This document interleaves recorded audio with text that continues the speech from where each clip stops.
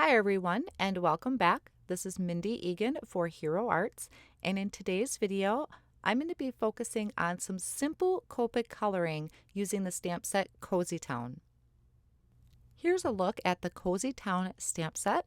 It has a lot of great images to build a little town. You have some houses, trees, little snowdrifts, and there's also a string of lights that you can add to your house as well. This is a look at the hand-drawn Snowflakes stamp set that I'll also be using to create a very subtle background. I'm starting off by loading my background stamp into my MISTI stamping tool, making sure to remove the foam insert since this is a red rubber stamp and already has backing on it. Then I'm loading in a piece of Arctic cardstock. This is 4 1/4 by 5 1/2, and I did put a little bit of adhesive on the back of it, so when I flip my MISTI over, it's going to stick down. The way I did this is just ensuring that I'm getting complete coverage over the entire piece of cardstock because I could align it onto that background stamp the way I wanted to. Then I prepped it with an anti-static powder tool, and I'm going to ink up this background stamp with Hero Arts Embossing ink. And I'm going to make sure I give this a really good push down using the sleeve on my jacket here sometimes, and then also just giving it a really good push. Now, to make sure that I do have complete coverage, I do like to stamp this twice.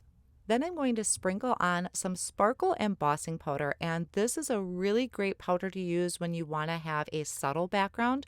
I thought the snowflakes went really well with my scene that I wanted to create, but yet didn't take away from it or kind of overtake my images. So off on the side, I do have my heat tool warming up. I want to make sure that that is really nice and hot before coming to my cardstock.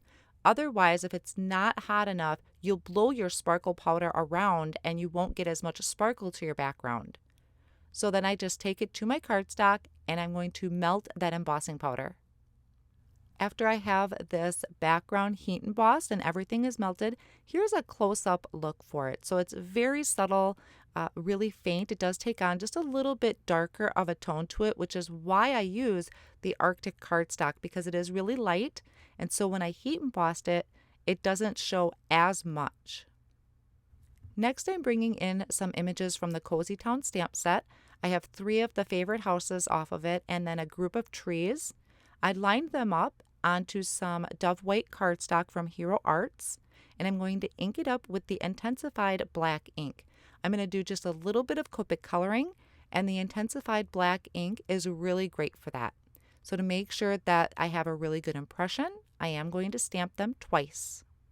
Now I will have all of the colors listed at the top of the screen for you. I have G29 and G07 for my trees. I'm just adding the darker color to one side of the trees and blending out slightly with that lighter color. I'm not going overboard. I just wanted to have a little bit of a contrasting area. And for the houses, I'm using C2 and C0 going from the bottom of the house up. I'm not going to color the whole thing in. For the roof is E74, and for the windows, I did Y08. And I didn't do any shading to the roof. This is just an easy way to get a little bit of dimension to the house without having to color all the small areas. Then I'm going to take the coordinating dies, line them up over the images, hold them in place with some Post-it tape, and run that through my die cut machine. Now I thought this Cranberry cardstock would really pop off of my light background. So I loaded a piece into my MISTI stamping tool, and I'm going to stamp this fun Santa sentiment. So I just prep that again with the anti-static powder tool. That just helps so that my embossing powder doesn't go everywhere. It should basically only stick to the area that I'm inking up with the embossing ink. Then I'm going to sprinkle on some white detail embossing powder, tapping off any of that excess that might still be sticking around. And then I'll heat that with my heat tool until that is really nice and melted. Now I'm just going to take this over to my paper trimmer, and I want this to be just a thin strip underneath my houses.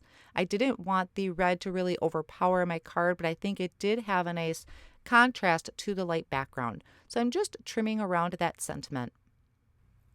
I did trim my panel down to 3 3/4 by 5 inches, and I lined that with 2 more pieces of white cardstock cut to the same size, and that's just going to add a little bit of dimension to it. And I'm going to add this to a card base. These are the side folded card bases from Hero Arts. I'm attaching this to the front of the card, but it's kind of hard when the card pops up a little bit. So I'm going to bring in a little bit of Post-it tape, just fold that in half, and I'm going to add that to the inside of my card. That's just going to make sure that my card front is not popping up at me, and I can align this a lot better and make sure I have a really nice even margin around my background panel.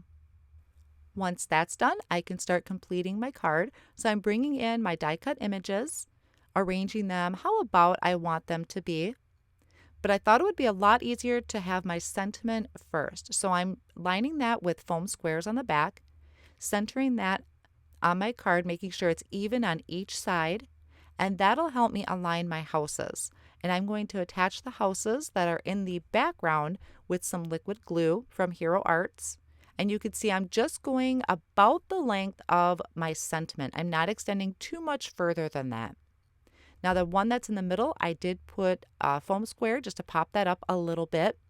To add just a little bit more interest to my background, I'm bringing in the Hero Arts enamel dots, and these are the clear ones. So these are already sticky. All you need to do is remove them from that acetate sheet and place them onto your card. So I'm only doing 3. I like to stick to kind of a visual triangle. So I'm keeping that right around my area, where my images are, and right below my sentiment.